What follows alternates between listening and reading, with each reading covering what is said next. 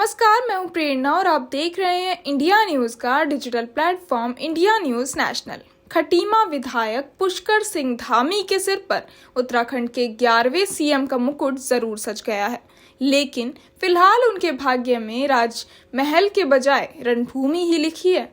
चुनावी साल होने की वजह से धामी को प्रदेश के मुखिया के रूप में काम करने के लिए बामुश्किल 5 महीने का वक्त मिलेगा। इन्हीं 5 महीनों में नए सीएम को न केवल सरकार संगठन को तालमेल के साथ आगे बढ़ाना है, बल्कि चुनाव की तैयारी भी करनी है। भले ही उन्हें 5 महीने का राजपाट मिला है, लेकिन जवाबदेही सरकार के पूरे 5 साल के कार्यकाल की देनी होगी। चुनौतियों की बात करें तो पहली चुनौती ये है कि उन्हें चुनाव में चमत्कार की जिम्मेदारी है। वर्तमान साल चुनाव का साल है। भाजपा को अपने 5 साल के कार्यकाल की उपलब्धियों को लेकर जनता के बीच जाना है। भाजपा 5 साल के कार्यकाल में 3 सीएम बदल चुकी है। इसके साथ ही 5 साल के कार्यकाल में कई ऐसे मौके आए हैं जो भाजपा को असहज करने वाले हैं। इन तमाम सवालों के जवाब के साथ नए सीएम को जनता की अदालत में जाना है और उसमें कामयाब होकर भी दिखाना है। दूसरी चुनौती सरकार के साथ संगठन से भी तालमेल। सरकार, संगठन और दोनों को साथ लेकर चलने की चुनौती नए सीएम पर है।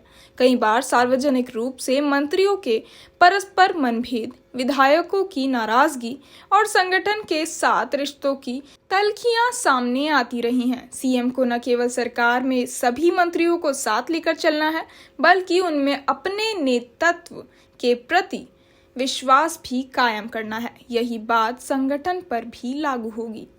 तीसरी चुनौती नौकरशाही पर कड़ा नियंत्रण। उत्तराखंड के बारे में मशहूर है कि यहाँ सरकार से ज्यादा नौकरशाही का राजपाट चलता है। आए दिन मंत्री सचिवों के बीच होने वाली खटपट इसे साबित भी करती है। त्रिवेंद्र सरकार में सबसे कद्दावर माने जाने वाले मदन कौशिक, सतपाल महाराज, यशपाल आर्य, हरक सिंह रावत, राज्य मंत्री रेखा आर्य के विवाद तो खूब सुर्खियों में रहे हैं। विधायक भी खुलेआम शिकायतें करते रहे हैं। नए सीएम को नौकरशाही को भी साधना और साथ ही नाथना भी होगा। अगली चुनौती कोविड-19 संक्रमण से राज्य की रक्षा। कोविड-19 की दूसरी लहर अभी चंद दिनों से ही शांत है। विशेषज्ञ तीसरी लहर की आशंका काफी समय से जता रहे हैं। पहले त्रिवेंद्र और फिर तीरथ सरकार में कोविड-19 प्रबंधन सवालों के घेरे में रहा।